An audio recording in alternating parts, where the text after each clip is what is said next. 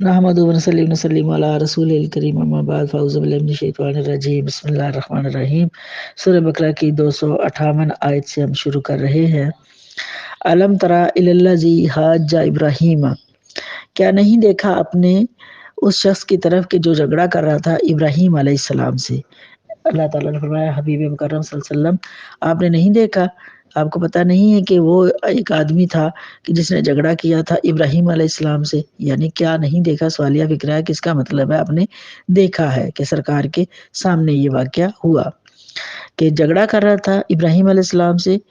کس سلسلے کا جھگڑا تھا، کیا تھا؟ فی ربی ہی، اس کے رب کے بارے میں۔ ان عطا اللہ الملک، کہ اللہ تعالیٰ نے اس کو بادشاہی دی تھی، کہ وہ بادشاہ تو کی طاقت تو اللہ نے اس کو دی تھی، وہ بادشاہ بن گیا تھا، اور وہ تھا نمرود، یہ ابراہیم علیہ السلام کے مد مقابل تھا، تو وہ بادشاہ تھا، اور بادشاہ بنا تو ساتھ ہی اس نے خدائی دعویٰ کر لیا کہ کیونکہ اس سے بڑا فخر ہو گیا، غرور ہو گیا کہ سارا ملک تو میرے، سارا نظام تو میں ہی چلاتا ہوں۔ تو اس نے کہا بادشاہ ہی نہیں ہوں بلکہ میں خدا بھی ہوں، میری پوجا کی جائے۔ تو اب لوگ اس کی پوجا بھی کرنے لگے۔ تو اب وہ ابراہیم علیہ السلام سے جھگڑا کرنے لگا کہ تم میری پوجا کیوں نہیں کرتے ہو، یہ بتوں کی پوجا تم کیوں نہیں کرتے ہو؟ سب بت پرست تھے، اور خود بھی خدائی دعویٰ کرتا تھا۔ تو ابراہیم علیہ السلام نے فرمایا اذ قال ابراہیم ربی الذی، فرمایا ابراہیم علیہ السلام نے میرا رب تو وہ ہے، یحیی و یمیت، جو زندہ کرتا اور مارتا ہے۔ تو نمرود بولا قال انا احیی و امیت، کہ میں بھی زندہ کرتا ہوں اور مارتا ہوں۔ نمرود نے آگے سے دعویٰ کر دیا کہ میں بھی مارتا ہوں اور زندہ بھی کرتا ہوں۔ تو اس نے کیا کیا کہ دو قیدی منگوائے، ایک قیدی کو رہائی ملنے والی تھی اور ایک قیدی کو سزائے موت ہونے والی تھی۔ تو اس نے کیا کہ جس کو سزائے موت ہونا تھی اس کو اس نے زندہ چھوڑ دیا، اسے بری کر دیا، اور جس کو بری ہونا تھا اس کو اس نے مار دیا۔ وہ کہنے لگا دیکھو ابراہیم میں بھی زندہ کرتا ہوں مارتا ہوں، جس کو میں نے چاہا زندہ چھوڑ دیا، جس کو چاہا میں نے مار دیا۔ تو پھر ابراہیم علیہ السلام نے فرمایا قال ابراہیم فإن اللہ یأتی بالشمس من المشرق، فرمایا ابراہیم علیہ السلام نے اس پر ایک پھر جو ہے وہ حملہ کیا، یعنی اس کی سوچ پر، کہ فرمایا کہ ابراہیم علیہ السلام نے کہ فإن اللہ، بس بے شک اللہ تعالیٰ، یاتی لاتا ہے، بالشمسی سورج کو، من المشرق مشرق سے، یعنی اللہ تعالیٰ مشرق سے سورج کو نکالتا ہے۔ تو تو اگر اتنی طاقت والا ہے تو فاتی، پس لے بہا اس کو، من المغربی مغرب سے، یعنی رب کریم میرا رب تو مشرق سے سورج کو طلوع کرتا ہے، نکالتا ہے۔ اب تو ایسا کر، اگر تیرے پاس طاقت ہے، تو مارتا اور زندہ کرتا ہے، تو نے یہ دعویٰ کیا کہ تیرا رب زندہ کرتا مارتا، تو میں بھی زندہ کرتا مارتا ہوں۔ تو نے ایک آدمی کو مارا اور ایک کو زندہ تو نے چھوڑ دیا۔ لیکن اب اگر تیری اتنی طاقت ہے تو ایسا کر کہ رب تعالیٰ تو سورج کو مشرق سے نکالتا ہے، تو مغرب سے لے آ تاکہ میں بھی تیری طاقت دیکھوں۔ مغرب سے لے آ۔ تو فبوہت الذی کافر، اب کیا کرتا نمرود، وہ حیران رہ گیا۔ فبوہت الذی، پس وہ کافر حیران ہو گیا کیونکہ وہ کافر تھا۔ اب وہ بہت پریشان ہوا کہ یہ اب اس نے کیا سوال کر دیا، اللہ کے پیغمبر نے، ابراہیم علیہ السلام نے کیا سوال کر دیا۔ تو وہ حیران رہ گیا، پریشان ہو گیا۔ اب پریشان ہوا تو اس نے کیا کیا، ظلم کرنا شروع کر دیا ابراہیم علیہ السلام۔ واللہ لا یہدی القوم الظالمین، کہ اللہ تعالیٰ ظالموں کی قوم کو ہدایت نہیں دیتا۔ اس نے بہت زیادہ ظلم کیے ابراہیم علیہ السلام پر۔ پھر آپ کو یہاں تک کہ ان کا میلہ لگتا تھا تو وہ لوگ میلے میں گئے ہوئے تھے اور بتوں کی پوجا کرتے تھے۔ تو جب لوگ میلے میں گئے تھے تو ابراہیم علیہ السلام پھر جا کر ان کے بت خانے میں انہوں نے بتوں کو توڑ دیا اور کلاڑا لیا اور بت توڑ دیے۔ جب بت توڑ دیے تو ایک کلاڑا جو ایک بڑے سے بت کے کندھے پہ رکھ دیا، جس کا ذکر آگے آئے گا۔ تو وہ کہنے لگے کہ یہ پتہ چلا کہ ابراہیم علیہ السلام نے کیا ہے۔ تو آپ نے فرمایا کہ اگر بت بولتے ہیں، اگر یہ طاقت رکھتے ہیں، تو ان سے بڑے سے پوچھو جس کے اوپر کلاڑا رکھا گیا کہ کس نے کیا۔ تو پتہ چل گیا کہ ابراہیم علیہ السلام نے ہی کیا ہے۔ تو اس طرح ابراہیم علیہ السلام پر انہوں نے بہت زیادہ ظلم کیے، اور وہ ظالم لوگوں کو ہدایت نہیں دیتا۔ پھر ان کو، ابراہیم علیہ السلام کو بالآخر آگ میں بھی ڈالا گیا اور ان کو وہاں سے نکال بھی دیا گیا۔ او کالذی مر علی قریۃ وہی خاویۃ علی عروشہا قال انا یحیی ھذہ اللہ بعد موتہا، پھر اس شخص کی طرح جو گزر رہے تھے ایک بستی سے وہی، اور اس میں وہ خاویتن گری ہوئی تھی اپنی عروشی، اپنی چھتوں پر۔ پھر اللہ کے ایک پیغمبر، اس میں حضرت عزیر علیہ السلام کا بھی ذکر آتا ہے، ہو سکتا ہے یہاں بھی آ جائے یا آگے آئے، تو وہ اپنا راشن پانی لے کر تو اللہ کے دین کی سربلندی کے لیے، پیغام دینے کے لیے نکلے، گزر رہے تھے۔ تو جب وہ گزرے ایک بستی سے، مرہ او کلّا جی مرہ علی قریۃ، وہ گزرے ایک بستی سے، وہی اور وہ خاویتن گری ہوئی تھی علی عروشیہا، اپنی چھتوں پر، یعنی وہ بستی تباہ و برباد ہو چکی تھی، اس میں بسنے والے کوئی بھی نہیں تھے، اتنی وہ تباہ و برباد ہو گئی تھی۔ تو آپ حضرت عزیر علیہ السلام نے دل میں خیال کیا، کہنے لگے کہ یہ بستی ساری تباہ ہو گئی ہے، یہ لوگ سارے تباہ ہو گئے ہیں، اب یہ دوبارہ کیسے آباد ہوگی؟ قال ان یحیی ہذہ اللہ بعد موتہا، تو یہ کیسے زندہ ہوگی؟ تو اس کو اللہ تعالیٰ زندہ کرے گا اس کی موت کے بعد، یعنی اب یہ ختم ہو گئی، تباہ ہو گئی، قومیں بھی تباہ ہو گئی، کیونکہ قوموں پر عذاب بھی آتے رہے، تو اب وہ ختم ہو گئی، اب یہ بستی ختم ہو چکی ہے، اب اللہ تعالیٰ اس کی موت کے بعد اس کو دوبارہ ساری بستی کو کیسے زندہ کرے گا؟ فَأَمَاتَهُ اللَّهُ مِئَاتَ عَامٍ ثُمَّ بَعَثَ، اللہ تعالیٰ نے عزیر علیہ السلام کو وہیں پر نیند دے دی۔ اب اس نیند کو موت سے جوڑا گیا ہے کہ نیند بھی ایک موت ہوتی ہے، لیکن یہ وہ موت نہیں تھی کہ جو آپ زندگی پوری کر کے آپ کو آتی، بلکہ یہ معجزہ تھا اور اللہ کی قدرت تھی اور نبی کا معجزہ، تو وہ وہاں پر وہ سو گئے۔ فَمَاتَهُ اللَّهُ مِئَاتَ، یعنی ان کو موت دے دی، اللہ تعالیٰ نے موت دے دی ان کو، مئات عامٍ، 100 سال تک وہ اس موت میں رہے، یعنی اس نیند میں رہے 100 سال تک۔ ثم بعث، پھر اٹھایا ان کو، پھر اللہ تعالیٰ نے عزیر علیہ السلام کو اٹھا لیا، یعنی 100 سال کے بعد۔ پھر اللہ تعالیٰ نے سوال فرمایا، قال کم لبثت، فرمایا کتنی دیر آپ ٹھہرے ہیں یہاں پر، کتنی دیر ٹھہرے ہیں؟ تو وہ کہنے لگے کہ مئات عام فانظر الی طعام، کتنی دیر ٹھہرے ہیں؟ تو انہوں نے کہا کہ قال کم لبثت، کتنی دیر آپ ٹھہرے ہیں؟ تو وہ بولے قال لبثت یوما او بعد یوم، کہ میں ٹھہرا ہوں ایک دن یا دن کا کچھ حصہ میں ٹھہرا ہوں۔ تو اللہ تعالیٰ نے فرمایا قال بل لبثت مئات عام فانظر الی طعامک و شرابک، کہ فرمایا اللہ تعالیٰ نے اے میرے نبی بلکہ تو ٹھہرا ہے مئات عام، پورے 100 سال، تو 100 سال کے بعد اٹھا ہے، فانظر، اب دیکھ، الی طعامک، اپنے کھانے کی طرف، و شرابک، اور اپنے پینے کی طرف، لم یتسنہ، نہیں سڑا گلا، کہ کھانا ویسے کہ ویسا ہی ہے اور سڑا گلا بھی نہیں ہے۔ اور پھر کیا دیکھا کہ یہ تیرا معجزہ عطا کیا، وانظر، پھر دیکھ، الی حمارک، اپنے گدھے کی طرف، اپنی سواری کی طرف دیکھ، وَلِنَجْعَلَكَ، کہ بنایا ہم نے تجھ کو، آیاتً لِلنَّاسِ، نشانی لوگوں کے لیے، تجھے لوگوں کے لیے ہم نے نشانی بنا دیا ہے۔ وانظر، اور دیکھ، الی العظام کیف ننشزها، کہ اپنے گدھے کی طرف دیکھ کہ کیسے ہم اس کی ہڈیوں کو اکٹھا کرتے ہیں، کیسے ان پر پھر ہم ثم نکسوها لحما، چڑھاتے ہیں گوشت، یعنی کیسے وہ گدھے کی وہ ہڈیاں، وہ جو سوکھ گئی ہڈیاں، بکھر گئی، ذرے ہو گئے، کہاں کہاں سے اکٹھے ہو گئے، ایک آنن فانن، وہ سب کے سب جمع ہو کے فوراً جو ہڈیاں اکٹھی ہو گئیں اور ان پر گوشت چڑھا دیا، اور گدھا دوبارہ سے زندہ ہو گیا۔ فلما تبین لہ، پھر جب ظاہر ہوگی اس کے لیے نشانی، یعنی وہ عزیر علیہ السلام جو کہہ رہے تھے کہ کیسے اللہ اس بستی کو زندہ کرے گا، تو رب نے فرمایا کہ اس طرح زندہ کرتا ہوں کہ تم جب 100 سال تک تمہیں سلا سکتا ہوں اور تمہیں احساس بھی نہیں ہوتا، تم اٹھ کے، یعنی تمہیں موت دی، پھر تم اٹھ گئے، پھر تم زندہ ہو گئے، تو جب تم زندہ ہو گئے تمہیں لگا ہی نہیں ہے کہ میں یہاں سویا ہوں، تم نے کہا کہ میں چند گھڑیاں سویا ہوں، ایک ایک دن سویا ہوں یا آدھا دن سویا ہوں تو بلکہ تو 100 سال سویا ہے۔ اور پھر دیکھ اپنے گدھے کی طرف، گدھا جو ہے وہ اس کے اعضاء بھی فضاؤں ہواؤں میں بکھر گئے تھے، ان سب کو اکٹھا کر دیا، پھر گدھے کو زندہ کر دیا، کیونکہ یہ رب کی قدرت ہے۔ یہ سب نشانی جب انہوں نے دیکھ لی، حضرت علیہ السلام نے قال اعلم ان اللہ علی کل شیء قدیر، وہ کہنے لگے بے شک میں جانتا ہوں، میں جان گیا کہ اللہ تعالیٰ ہر چیز پر قدرت رکھتا ہے، رب قادر ہے، اس کے لیے کسی کو تباہ کرنا مشکل نہیں، کسی تباہ شدہ کو دوبارہ اچھی حالت میں لے کر آنا اس کے لیے مشکل نہیں، اس کو زندگی کو موت میں، موت کو زندگی میں بدلنا مشکل نہیں، کیونکہ وہ قادر ہے، وہ کریم ہے، وہ سب جانتا ہے، ہر ایک دلوں میں گزرنے والی بات کو جانتا ہے، کس کو کہاں رکھنا ہے، یہی تو رب ہے۔ اسی لیے تو رب نے فرمایا میرے ساتھ کسی کو شریک نہ کرو، میری قدرتوں کو جانو، مجھے دیکھو، میرے احکام کو مانو، میرے ہر حکم میں، ہر کام میں حکمتیں ہیں۔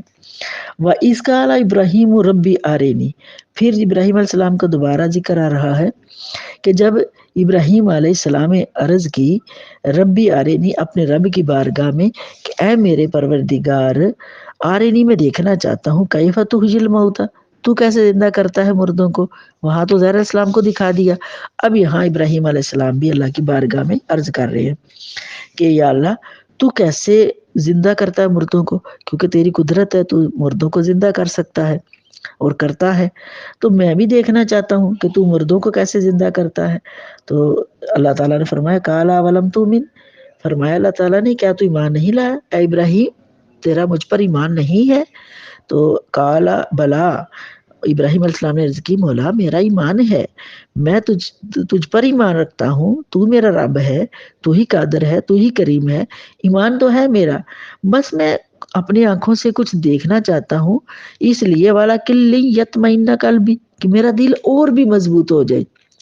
تیری ذات پر میرا دل اور بھی مضبوط ہو جائے، تیری قدرتوں پر، تیری کاملہ قدرت پر میرا دل مضبوط ہو جائے، میں اپنی آنکھوں سے کچھ نشانی بھی دیکھنا چاہتا ہوں، تو مجھے دکھا دے۔ اور پیار سے، محبت سے عرض کی، عاجزی انکساری سے عرض کی، ڈھول سے نہیں۔ تو پھر رب نے فرمایا، رب پھر اپنے پیاروں کی بات مانتا ہے، پھر وہ اپنے پیاروں پر جبر بھی نہیں کرتا، کیونکہ رب کو پتا ہے کہ یہی تو میرے پیارے ہیں کہ جن کو آگ میں بھی ڈالا گیا تو میرے لیے آگ میں ڈالنا بھی قبول کر لیا، میرے لیے بڑے بڑے دشمنوں سے جو ہے مقابلے پہ ڈٹ بھی گئے، ظلم بھی سہے، اور لیکن حق کی آواز کو بلند رکھا، تو رب بھی پھر پیار فرماتا ہے۔ رب نے فرمایا قال فخذ اربعۃ من الطیر، اے ابراہیم پکڑ لو 4 پرندے، من الطیر فسرہن الیک، تم ایسا کرو کہ 4 پرندے لے لو، 4 پرندے لے لو اور ان کو اپنی طرف ہلا لو، یعنی تم 4 پرندے رکھو، ان کو پہلے عادت ڈالو، تیری پہچان پیدا ہو جائے، ان کو تمہارے پاس رہیں، ان 4 پرندوں کو تم پھر کیا کرو کہ ان 4 پرندوں کو عادت ڈالو، جیسے مرغیاں چوزے وغیرہ گھر میں رکھے ہوتے ہیں ان کو بلاتے ہیں، اور وہ مالک کے بلانے پر آ جاتے ہیں آواز سن کے، تو پھر جو 4 پرندے تم لے لو، پھر ان کو کیا کرو کہ تم ذبح کرو، پھر ان 4 پرندوں کو ذبح کرو، ذبح کر کے ان کی چھوٹی چھوٹی بوٹیاں بنا لو، ان کے پر اور ہڈیاں سب آپس میں مکس کر دو، سب مکس کر دو 4 پرندوں کی، جب مکس کر دو، پرندوں کے نام بھی آتے ہیں تفسیروں میں، ان پرندوں کے گوشت کو، ہڈیوں کو، سب کو مکس کر لو چھوٹی چھوٹی کر کے، پھر جب وہ مکس ہو جائیں، ذبح ہو گئی، بوٹی بوٹی ہو گئی، تو اب کیا کرو ثم اجعل علی کل جبل منہن جزءا،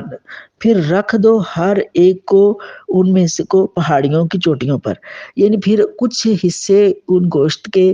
ان پہاڑوں کی چوٹیوں پر مختلف جگہ پر رکھ دو جا کر، وہ کٹے ہوئے پرندے بوٹی بوٹی کیے ہوئے ان کا گوشت مکس کر کے تم مختلف جگہوں پر پہاڑیوں کے اوپر جا کر رکھ دو، پھر جب رکھ دو تو پھر کیا کرو ثم ادعوہن، پھر پکارو ان کو، پھر تم پکارو جس طرح پکارا کرتے تھے دانہ ڈالنے کے لیے، اپنے پاس بلانے کے لیے، تو پھر ان کو پکارو ان پرندوں کو، یا اتینا کا سایہ، وہ تیرے پاس دوڑتے ہوئے آ جائیں گے، پھر وہ آئیں گے تیرے پاس دوڑتے ہوئے۔ وَعْلَمْ اور جان ان اللہ عزیز حکیم، کہ بے شک اللہ تعالیٰ غالب حکمت والا ہے۔ تو ابراہیم علیہ السلام نے ان 4 پرندوں کو لیا، ان کو ذبح کیا، ان کا گوشت بنایا اور اس گوشت کو مکس کیا، پھر پہاڑیوں کی چوٹیوں پر رکھا، پھر چوٹیوں پر رکھا، پھر ان کو آواز دی تو وہ پھر ہواؤں میں، فضاؤں میں، کہتے ہیں اس طرح سے گوشت بوٹیاں پر اڑتے ہوئے فضا میں آئے، بھاگ کر، دوڑ کر فوراً ابراہیم علیہ السلام کے پاس پورے کے پورے پرندے بن کے وہ چاروں کے چاروں حاضر ہو گئے۔ اور اللہ تعالیٰ فرمایا، اللہ تعالیٰ نے ابراہیم علیہ السلام اور جان لے کہ ان اللہ عزیز حکیم، کہ بے شک اللہ تعالیٰ غالب حکمت والا ہے، اس کے ہر کام میں حکمتیں ہیں اور وہ غالب ہے، اس کی طاقتوں کا کوئی اندازہ نہیں کر سکتا۔ وہ بڑا مہربان ہے، بہت رحیم اور کریم ہے، اور وہ زندگی موت کا مالک ہے، سب نظام اس کے ہاتھ میں ہے، وہ سب قدرتوں کا مالک ہے۔ اللہ تعالیٰ سے دعا ہے اللہ تعالیٰ اپنے حبیب مکرم صلی اللہ علیہ وآلہ وسلم کے طفیل ہم کو عمل کی توفیق عطا فرمائے۔ الذین ينفقون اموالهم فی سبیل اللہ کمثل حبۃ انبتت سبع سنابل فی کل سنبلۃ مئۃ حبۃ واللہ یضاعف لمن یشاء واللہ واسع علیم۔ اللہ تعالیٰ نے فرمایا، ان لوگوں کی مثال دی کہ جو لوگ اللہ کی راہ میں خرچ کرتے ہیں یا کریں گے، ان کو بتایا، ان کی حوصلہ افزائی کی کہ اللہ کی راہ میں کس طرح خرچ کرنا چاہیے اور خرچ کرنے والے کے درجات کیا ہے۔ فرمایا مثل الذین، مثال ان لوگوں کی، ینفقون جو خرچ کرتے ہیں، اموالہم اپنے مال، فی سبیل اللہ اللہ تعالیٰ کی راہ میں، کمثل حبۃ مثال اس کی اس دانے کی طرح ہے، انبتت سبع سنابلا کہ جس نے اگائی اپنی 7 بالیاں، یعنی ایک گندم کا دانہ اگر زمین میں بو دیا جائے تو اس کے آگے سے وہ تنا جو نکلتا ہے، اس تنا کے ساتھ 7 بالیاں، یعنی 7 وہ سٹے سے پنجابی میں بولتے ہیں، وہ لگ جاتے ہیں گندم کے، تو ایک دانے سے جو ہے وہ اتنے 7 بالیاں اس نے پیدا کر دی۔ ایک تنا نکلا، ایک تنکا سا وہ نکلتا ہے گندم کا، مثال دے کے بتا رہے ہیں۔ اس کے ساتھ پھر سبع سنابل 7 بالیاں نکلتی ہیں، فی کل سنبلۃ مئۃ حبۃ اور ہر بالی میں 100 دانہ ہو۔ تو اللہ تعالیٰ نے فرمایا کہ جو اللہ کی راہ میں خرچ کرتے ہیں مال اپنے، تو ان کے مالوں کی مثال اس دانے کی سی ہے کہ اگر زمین میں ایک دانہ ڈال دیا جائے اور اس کے جو دانہ نکلے، وہ دانہ نکلے، وہ تنکا نکلے، وہ گندم کا ہے یا کسی اور کا ہے، تو اس کے ساتھ پھر وہ آگے 7 بالیاں نکلتی ہیں، 7 چیٹے سے نکلتے ہیں، پھر ان 7 کے اندر ہر ایک بالی میں 100 دانہ ہو، تو پتہ یہ چلا ایک دانے سے 700 گنا بڑھ گیا، یعنی ایک نیکی کی ہے تو اس کے بدلے میں 700 گنا نیکیاں عطا کرتا ہے۔ بلکہ پھر فرمایا واللہ یضاعف لمن یشاء، اور اس کو بھی دگنا کر سکتا ہے، سبحان اللہ، اس کو بھی وہ دگنا کر سکتا ہے جس کے لیے چاہتا ہے۔ واللہ واسع علیم، وہ اللہ تعالیٰ وسیع جاننے والا ہے، یعنی ایک دانے سے کہیں فرمایا ایک نیکی سے 10 گنا ملتی ہے، کہیں فرمایا 70 گنا ملتی ہے، اور یہاں اس آیت سے یہ بھی فرمایا، ترغیب دلائی جا رہی ہے کہ اللہ کی راہ میں جتنا خرچ کرو گے اس کو اللہ تعالیٰ خالص نیت کے ساتھ خرچ کرو تو وہ اتنا بڑھاتا ہے۔ اب خرچ کرنے سے مراد مال کا خرچ کرنا ہے، جان کا خرچ کرنا ہے، زبان کا خرچ کرنا ہے، اولاد کا خرچ کرنا ہے، اپنی نیتوں کا خرچ کرنا ہے، یہاں تک کہ کسی کو مشورہ دینا، اچھا مشورہ دینا، یہ بھی سب اللہ کی راہ میں خرچ کرنا ہے۔ تو جو بھی تم اگر اللہ کی راہ مثال پھر دے کے سمجھایا کہ ایک دانے سے اگر دنیاوی حوالے سے تم دیکھو تو اگر ایک دانہ تم بوتے ہو زمین پر تو اس سے تمہیں 700 دانے حاصل ہو سکتے ہیں، تو اللہ تعالیٰ چاہے تو جس طرح تمہارا وہ ایک دانے سے 700 گنا ہوگا، اسی طرح اللہ کی راہ میں خرچ کیا ہوا ایک لمحہ، ایک نیکی، ایک پیسہ 700 گنا تک جو ہے وہ بڑھا سکتا ہے، بلکہ اللہ تعالیٰ یضاعف پھر اور اس کو بھی دگنا کرے، یعنی 700 ہو گیا، 700 کو پھر اور دگنا کیا، 1400 ہو گیا، اب اس کے ہاں کا 1400 وہ کتنا ہوگا رب ہی بہتر جانتا ہے۔ لمن یشاء جس کے لیے وہ چاہتا ہے۔ واللہ واسع علیم، اور اللہ تعالیٰ سننے والا، جاننے والا اور وسیع جاننے والا ہے۔ واسع بہت وسعت والا ہے، بہت علیم جاننے والا ہے۔ تو اللہ تعالیٰ تمہاری نیتوں کو جانتا ہے، تمہارے عمل کو جانتا ہے۔ اس طرح تم لوگ جتنا بھی اللہ کی راہ میں خرچ کرو گے، نفلی صدقہ کر دیا کرے یا کوئی کسی کی مدد کر دیا کرے، جو بھی ایصال ثواب کا کیا جاتا ہے، جو بھی وہ سب کا سب اللہ تعالیٰ قبول فرماتا ہے، اور اللہ تعالیٰ اس کے درجات جو ہے وہ بلند فرماتا ہے۔ جیسا کہ حضرت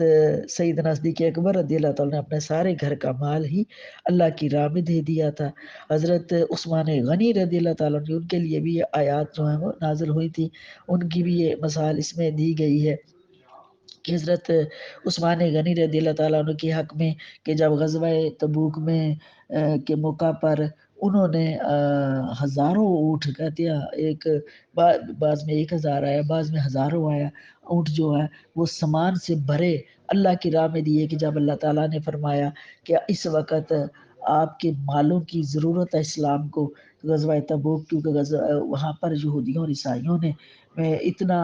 جنگ کی تیاری کر لی تھی، اتنی زیادہ کہ وہ چاہ رہے تھے کہ ہم ساز و سوار اتنا جمع کر کے تو مسلمانوں کو تہس نہس کر دیں۔ تو ادھر آقا کریم صلی اللہ علیہ وآلہ وسلم نے ارشاد فرمایا کہ اہل ایمان، اب تمہارے مالوں کی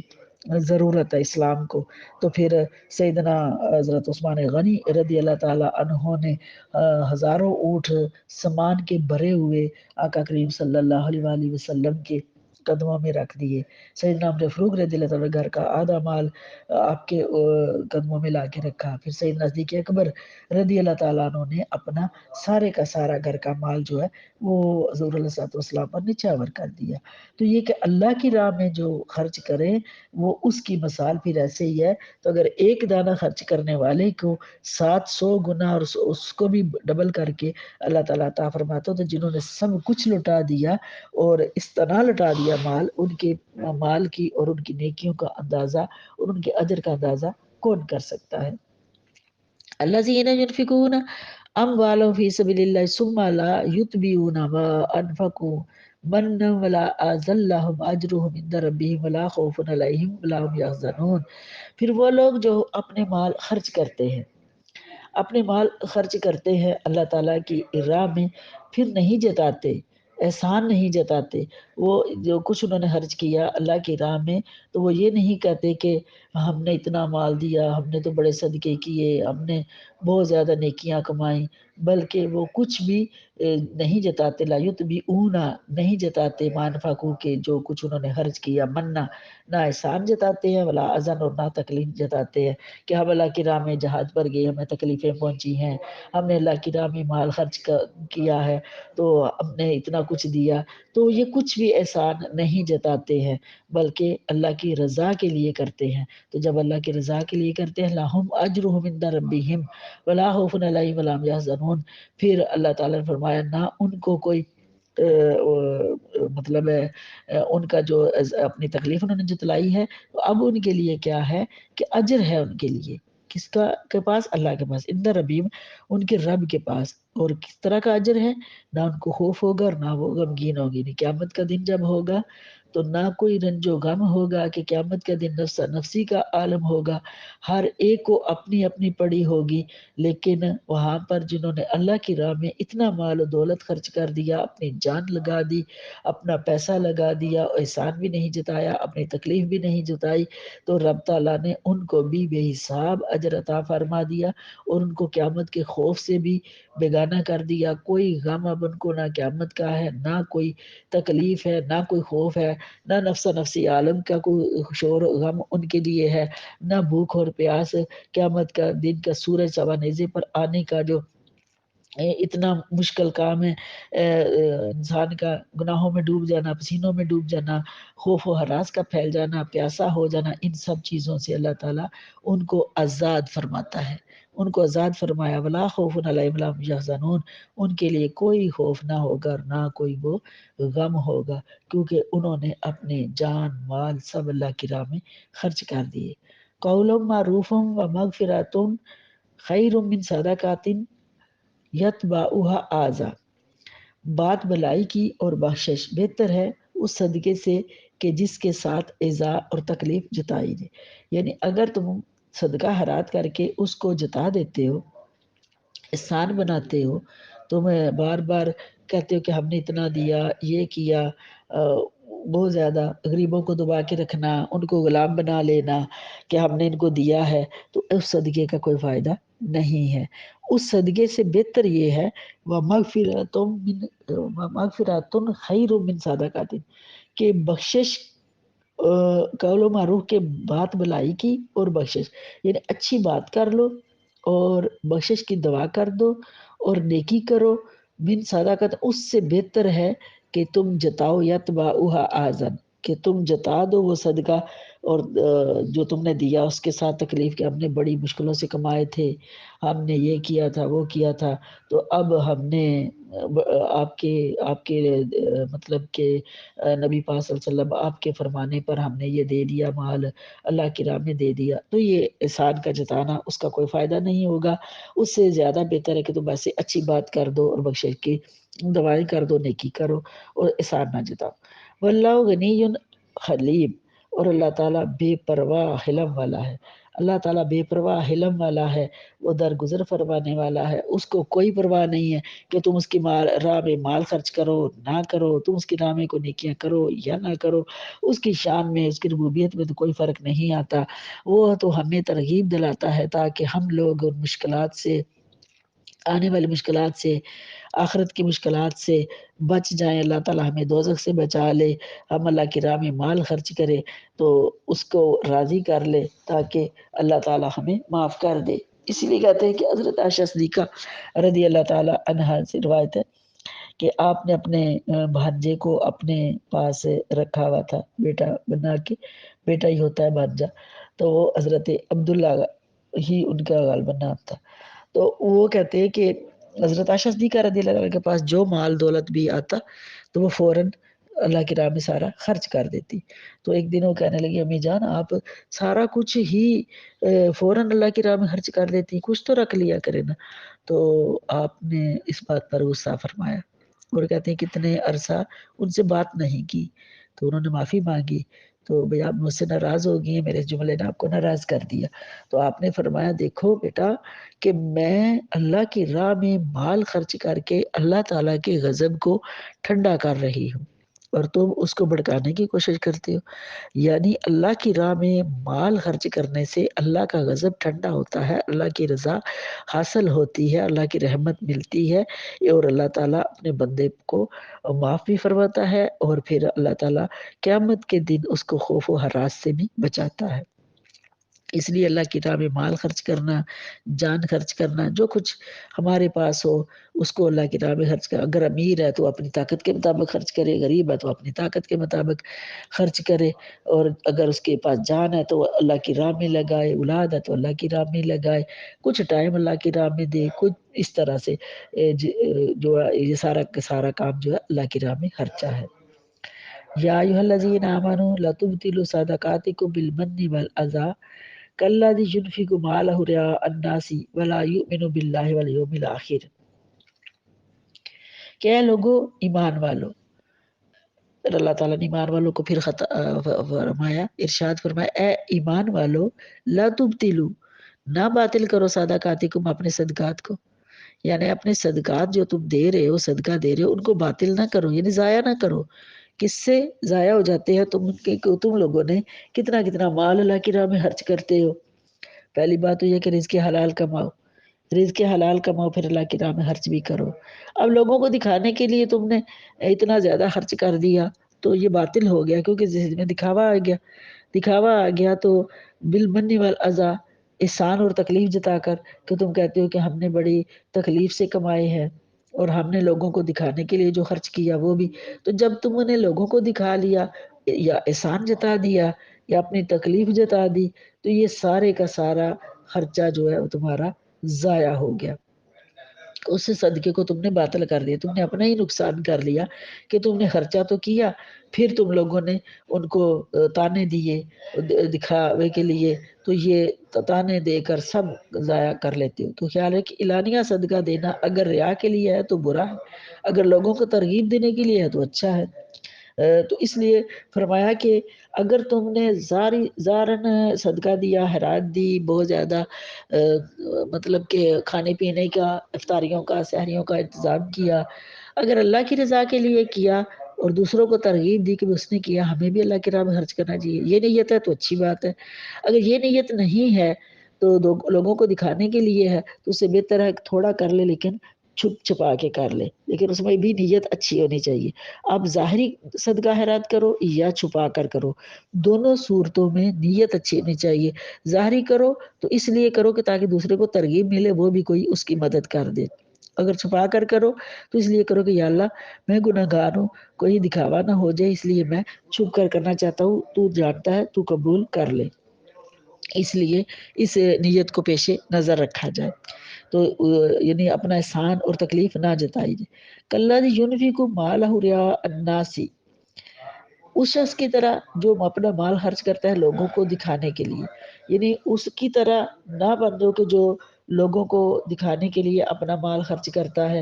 اور پھر وہ کہتا ہے کہ بس میں نے دیکھے جی بڑی ڈھینگیں ماری ہیں، یہ کر دیا وہ کر دیا، اتنا ہم نے خرچ کر دیا، تو اللہ تعالیٰ اس کو قبول نہیں فرماتا۔ ولا یؤمن باللہ ولا یوم الآخر، اور وہ ایمان نہیں لاتا اللہ تعالیٰ پر اور راحت کے دن پر، یعنی اللہ کو پر ایمان نہیں لاتا، قیامت پر ایمان نہیں لاتا، ویسے مال خرچ کرتا ہے، اور وہ بھی مال لوگوں کو دکھانے کے لیے خرچ کرتا ہے کہ پتہ چلے کہ ہم کتنے خرچ کرنے والے ہیں اور کیا کچھ ہم کر سکتے ہیں، تو وہ اللہ پر ایمان نہیں لاتا۔ فَمَثَلُهُ كَمَثَلِ صَفْوَانٍ عَلَيْهِ تُرَابٌ فَأَصَابَهُ، بس اس کی مثال اس کی طرح ہے کہ جس طرح ایک چٹان ہو، ایک چٹان کی طرح اس کی مثال ہے کہ اس پر علیہ تراب مٹی ہو، یعنی ایک پتھر ہے، تو اس بندے کی مثال جو اللہ پر اپنے ایمان کو مضبوط نہیں کرتا لیکن لوگوں کو دکھانے کے لیے خرچ کرتا ہے، وہ مال اب کسی طرح کا بھی ہے، وہ اللہ کی راہ میں خرچ کر رہا ہے یا دنیا کے محلات بنانے کے لیے یا فضول میں جو بھی فنکشن ایسے ہیں کہ لوگوں کو پتہ چلے کہ ہم بڑے امیر کبیر ہیں، یہ ہیں وہ ہیں، تو وہ مال دکھاوے کے لیے خرچ کرتا ہے۔ تو جو مال دکھاوے کے لیے یعنی لوگوں کو دکھانے کے لیے اس نے سارا مال خرچ کیا، کمثل صفوان علیہ تراب، تو اس کی مثال اس چٹان جیسی ہے، اس پتھر جیسی ہے کہ تراب فصابہ، کہ جس پتھر پر کچھ مٹی ہو، کچھ مٹی پڑی ہو، تو وابل فتارہ کا اس سالدہ، پھر فصابہ پس پہنچے اس کو وابل بارش کا پانی،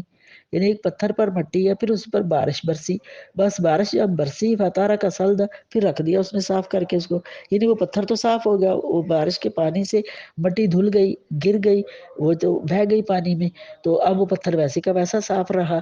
اب اس پیسے کا کوئی فائدہ نہیں ہے جو محض لوگوں کو دکھانے کے لیے بڑے بڑے پروگراموں میں بڑی بڑی فضولیات میں خرچ ہو جاتا ہے۔ پیسہ اس کی مثال اس پتھر جیسی ہے جس پتھر پر مٹی رکھ دی جائے اور بارش کا پانی پڑے اور بارش اس کو دھو کر صاف کر دے، اسی طرح وہ پیسہ تمہارا ضائع ہو گیا، لوگوں نے بس دیکھ لیا، بس دکھاوے میں ختم، تمہارا پیسہ بھی گیا اور تمہیں حاصل بھی کچھ نہ ہوا، اور پھر تم نے اس سے پر کوئی قدرت حاصل نہیں کیا۔ یقدرون علی شیء مما کسبوا،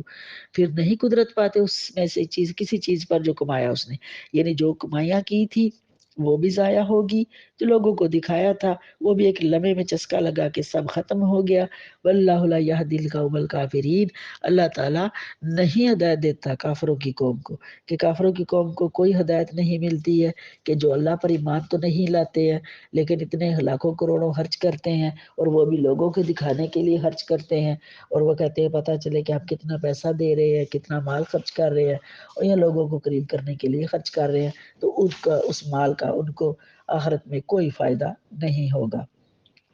اور یہ مثال ان کی دی۔ اب مثال ان کی ہے جو اللہ کی رضا کے لیے خرچ کرتے، وہ کیا مثال ہے؟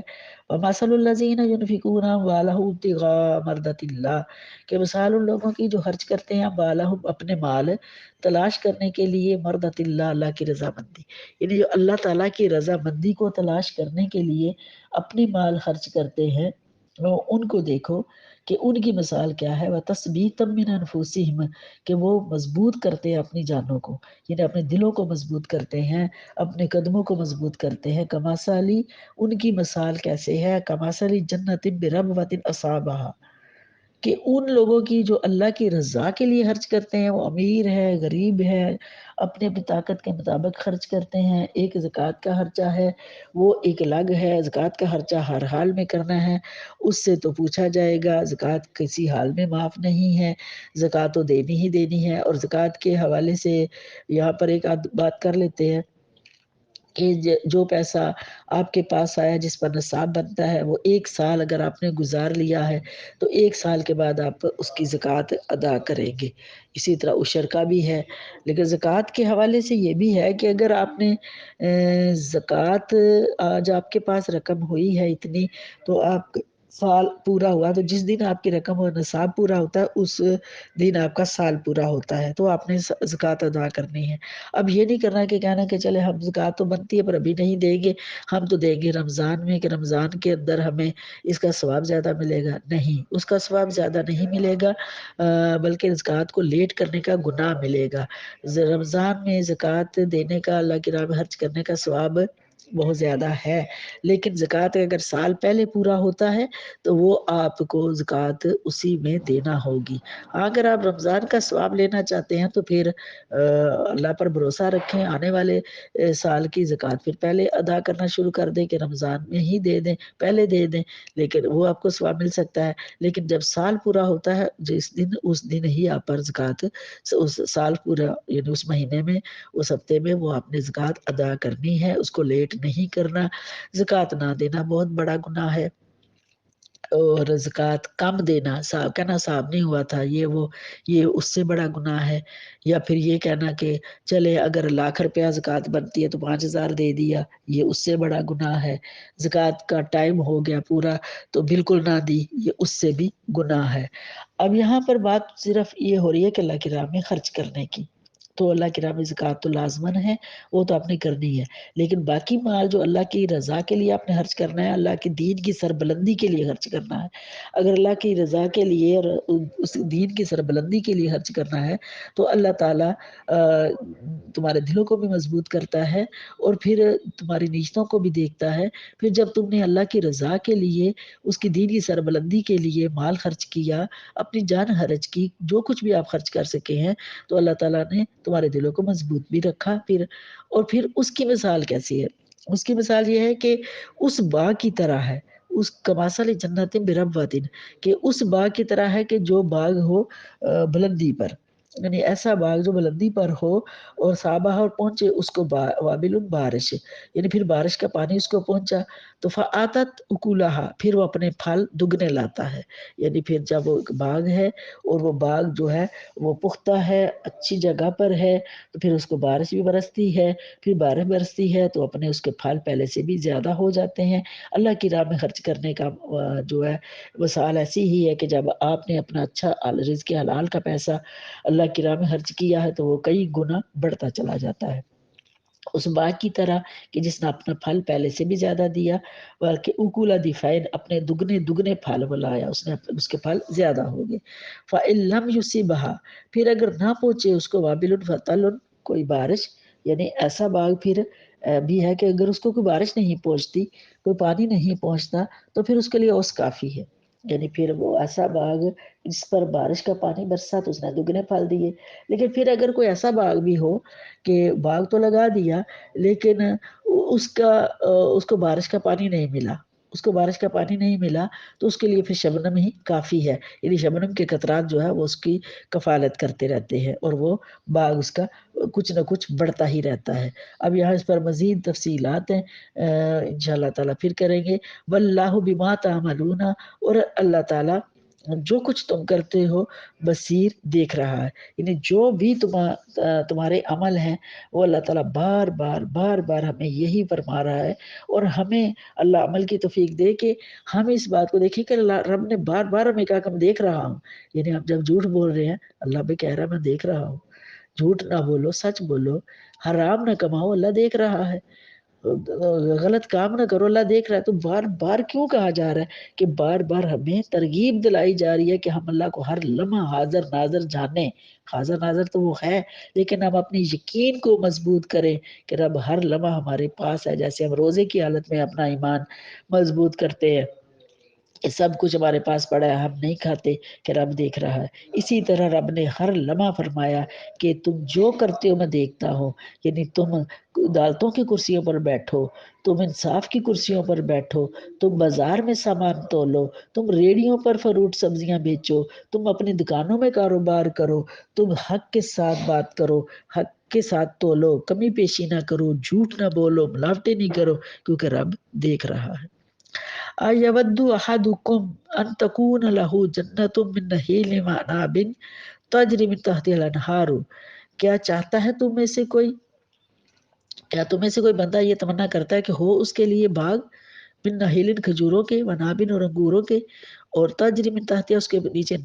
نہریں بہتی ہوں۔ یعنی کوئی بندہ یہ چاہتا ہے تو کون ہے جو نہیں یہ چاہے گا کہ اس کے باغات ہوں، اچھے اچھے باغ ہوں، کھجوروں سے بھرے ہوئے ہوں، انگور ہوں، کھجوریں ہوں، اور نہریں جاری ہوں، لہو فیہا من کل الثمرات، اور ہر ایک اس کے اندر پھل اور میوے موجود ہوں۔ وصابہ، اور پہنچے اس کو کبر بڑھاپا، وَلَهُ، اور اس کے لیے ہو ذریات اولاد، دفاع کمزور، فَأَصَابَهَا إِسَارٌ، پس پہنچے اس کو اسار بگولا، فیہ اس میں نار، آگ ہو، فاخترقت، پس رکھ دے اس کو جلا کر۔ کیا تم میں سے کوئی یہ چاہتا ہے کہ ایسا ہو جائے کہ اس کے باغوں بہت زیادہ خوبصورت باغات ہوں، کھجور انگور یہ سب بھرے ہوئے ہوں کھجوروں انگوروں کے ساتھ، اور نہریں بھی جاری ہوں، ہر طرح کے پھل بھی ہوں، اور پھر کیا وہ خود بوڑھا بھی ہو، کمزور بھی ہو، اور اس کی اولاد کمزور ہو، چھوٹے بچے ہوں اس کے، تو پھر کیا جب اس نے یہ ساری تیاری کر رکھی ہو، فَأَصَابَهَا إِسَارٌ، پھر پہنچے اس کو بگولا، اس میں آگ ہو، یعنی ایک ایسا بگولا آئے کہ اس میں آگ ہو، تو پھر کیا ہوگا کہ وہ یعنی ایسی بجلی کڑکے، فاخترقت، پر سب کو جلا کے رکھ دے، وہ سب باغ سب فصلیں اس کی تباہ ہو جائے۔ کیا کچھ آتا ہے ایسا؟ نہیں چاہتا کوئی کہ اس کی تباہی ہو۔ تو اسی طرح کذالک یبین اللہ لکم الآیات لعلکم تعقلون تتفکرون، لعلکم تتفکرون، اسی طرح بیان فرماتا ہے اللہ تعالیٰ تمہارے لیے نشانیاں تاکہ تم فکر کرو، کہ تمہیں فکر کرنی چاہیے، کہ تمہیں بتا دیا کہ تم اپنا مال دنیا کا